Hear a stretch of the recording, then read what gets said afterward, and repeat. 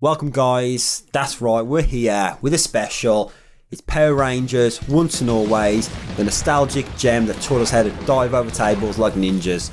And yes, spoilers ahead for anything Power Ranger related, and let's go straight into the action. What do you think of that, mate? I mean, you already said it, mate, but go Power Rangers, do. Okay, copyright, yeah. Yeah, that's it. Kill that now, no more. You know what?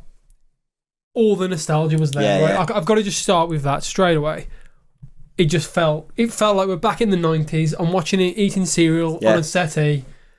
Brilliant, mate. Honestly, I loved it, and you know, there's so much stuff we'll touch on in a minute, and so many kind of like Easter eggs and references as well. But for us, you know, we grew up with Power Rangers, and to kind of take a little trip down memory lane, it was brilliant. I thought It was nostalgia done right.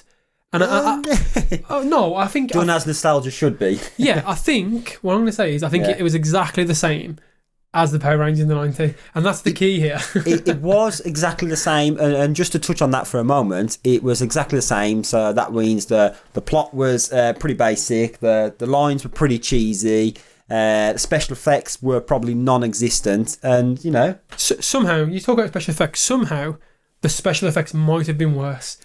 Yeah, that's all I'm going to say. We'll come to that in just one moment. You know what? First of all, let's see.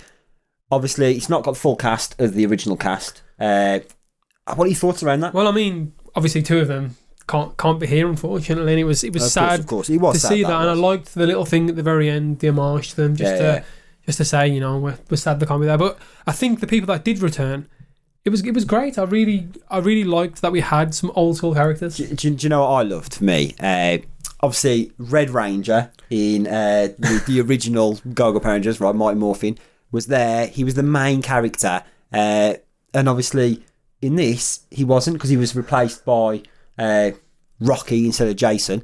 But I love the fact that when he morphed, he lost like half his weight. He was like, "Yeah, Go-Go Power Rangers." Whoop. And it wasn't just him.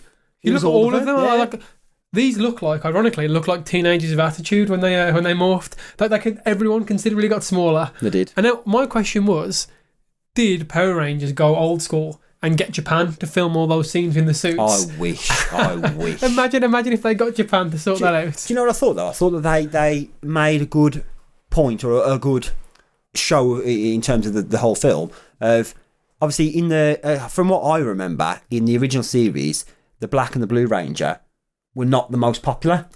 They were kind of at the bottom of, in terms of, if you were to rank the Power Rangers, you'd be like, oh yeah, red, blue, green, pink, and they're always at the bottom. Oh, no one put red first, mate. Go away. Everyone knows the Green Ranger was the best Ranger. It's just hands down. Red Ranger. 100%. I mean, it was obviously it was a little bit sad that he wasn't able to film anything before he passed. Of course, but it was nice just to see that classic lineup. Yeah, it was. Even if it was only for a few minutes. It was brilliant. It was that moment where the explosion's gone there. Yeah, they all just run. I'm like, that was.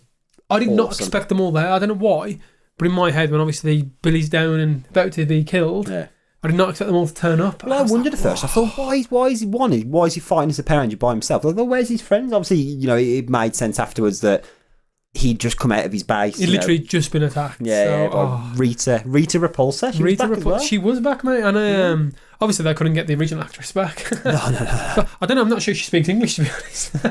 That's a good point, actually. Yeah, it's a good point. Very good point. But it was like I said, nostalgia done right. It was done right. So it's before we talk about the CGI monstrosity that's coming our way, let's talk about a few hidden details that we love then, Steve. Okay, then Ben, start us off. Go on. I will start us off. So obviously, for me, one of the biggest hidden details that we loved was when they were heading to Rita's base on the moon, and obviously you got the snake. I can't remember what his name was now. I can't remember either. She's lizard or something like that. Lizard, yeah. Something like that, yeah. But anyway, he was capturing the Rangers, and obviously he was capturing the Rangers from all around, because they called this massive protocol, and you could see like little mini figures of them. And obviously when they're knocking a few of these putty monsters out, it kind of zoomed up and you saw all the different Rangers, and they're from some of the series that are still going out. Like you've got Power Rangers Beast Morphers, which my little one actually watches. I think there was a few costumes from Power Rangers Zeo in there. SPD. Sure, and Mystic Force, I'm sure. Also was in there was Dino Fury, I believe. Dino Fury, and the best part was, you said the white Dino Ranger, and you're like, well, obviously the black Dino Ranger can't be there because that is Tommy. And obviously Tommy's the Green Ranger already captured. So I like the fact that they didn't mess up with their continuity. They had the right... They thought long and hard. Yeah, they didn't have two copies of Tommy dotted around. They're going to know that average dads out there like us are looking at those things. What suits do I recognise? It was quite hard to tell, to be fair, in the quick glimpses that you saw. It was quite hard I think it was just, they were literally there for us. Yeah. For the old people watching it, those over 30 coming to watch a programme. And it was just brilliant, mate. And did you catch the little Skull and Bulk? I did, yes. Bulk and Skull poster. I think it was like a sandwich shop billboard or something. It was. They'd started their own sandwiches, and literally, and I think in the classic Bulk and Skull way, they were on the screen for 3 seconds and it got destroyed. Yeah. It was brilliant. It was a shame that they weren't in the show, but to have them just kind of a quick tribute almost. I think that's enough. I think it just needed those little dots and bings around things. No, I noticed something else as well. Actually, talking about like little quick 3-second things. There was a scene where they were fighting one of the bad guys. They were in a graveyard. Yep. And they smashed down a tombstone to Harvey Garvey, who I believe was one of the news reporters. He was, and I think he was only in like one episode or something. But obviously, it was nice to pay respect. But obviously they've killed him off in the show. Well, he voiced some of the monsters. Oh, did he? He did, which is why they gave him that little sending knocked down by a monster. Wow. So he'd actually voiced it. I also, on that, hidden little details we loved, I found obviously in the latest Power Rangers movie, Malcolm in the Middle's dad, what's his name, Breaking Bad man. Yeah, Bryan Cranston. He plays Zordon. He actually voiced some of the monsters in the original series as well, before he was Malcolm in the Middle's dad. Yeah, he'd actually voiced some of the monsters. So like, it was these little. I just went through and dug through, and I was like, who played Zordon? Because I know he played in the future movies. Yeah, but yeah, he'd voiced some of the old Power Rangers. He was on stuff. my mind because obviously Billy in the book, in the film, the Blue Ranger's called Billy Cranston. So obviously I was thinking, Bryan Cranston, he played Zordon. I was constantly thinking about. He voiced some of the original monsters. I did not know that. And just how amazing is that? It was amazing. Yeah, they had so many subtle details. Even to like, there was a gun behind Billy's back at one point. Now I question what show that was from, because I said it was from the SPD. You said it was later on, purely because he knew the two Space Rangers as well. Technically, so you say it from SPD doesn't exist at that point because they were Space Protocol Alpha, so they were the precursor to it. So basically, what I think is though, don't forget, as things went on, it might have been a Zeo gun or something. I can't remember exactly what it was. Yeah, it was too hard to tell. But it was definitely a little bit different. But I like the fact that because we've grown up a little bit. Yeah, they could actually shoot things and almost damage things. Like when he stabbed Rita through the stomach, I was like, oh my god, no. That would never have happened in the original series, but it didn't. I liked it. They just made it a little bit more adulty. It was good. I love the little bit of humour where Trini's daughter, I can't remember her name, we kept trying to morph, and it's morph time, and it was like, come on, it worked. So did you know about the whole morphing grid thing? Did you understand that concept? As soon as she did, I was like, she's not on the morphing grid, is she? It's ain't going to work. I knew it vaguely in the back of my mind somewhere, but I think at the time of watching it, I was still confused. I was still fixated on bloody Billy's flying car at one point. I was thinking, what's that about? Did you see the number plate? I can't remember what it's called, but it was the second version of that car, because that car actually existed in the original series, and they'd remade it. I can't remember what it's called. You know what? The name's...